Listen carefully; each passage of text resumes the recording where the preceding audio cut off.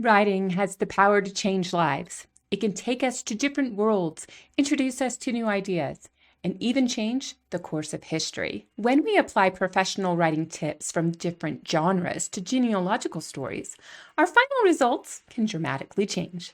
Howdy, welcome to Write Your Family History. I'm Devin Noel Lee, a published family history author who wants you to learn how to quickly write your non-boring family histories to share your legacy with your loved ones. What if I told you there are 3 pro writing tips from writing educators that dramatically transformed my writing style?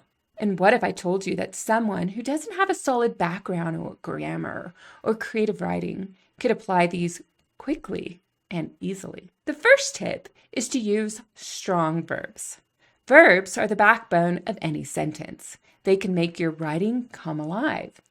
To find which words in your draft need improvement, search your text for the following verbs and their derivatives. Go, went, gone, going. Came, come, coming. Say, said, saying. Get, got, getting. See, saw, seeing. Look, looked, looking.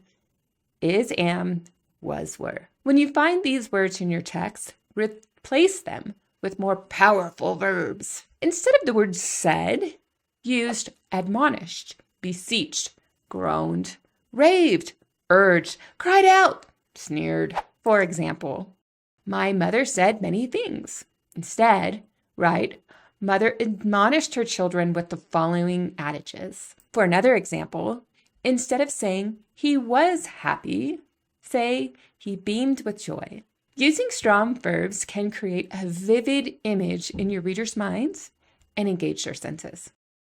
Can you tell the difference that this simple tip has on your writing? Tip 2. Show, don't tell. Instead of telling your readers what's happening, show them through descriptive language and sensory details. For example, instead of saying she was sad, describe how she looked and felt. Her eyes welled up with tears and her shoulders slumped in defeat. By showing instead of telling, you create a more immersive reading experience for your audience. I've covered this in a separate video, so check out the link in the description box to dive deeper into this tip. However, since that video, I heard Shaylin Wrights explain this tip differently. Shaylin suggests describe, don't explain. For instance, avoid the following. Kepler Christensen traveled via ship to Ontario, Canada. It took him 12 days. That is rather boring because you told or described what Kepler did. Boarding a large frigate in the port of Liverpool, Kepler surveyed the mass of fellow passengers and quietly whispered goodbye to his homeland.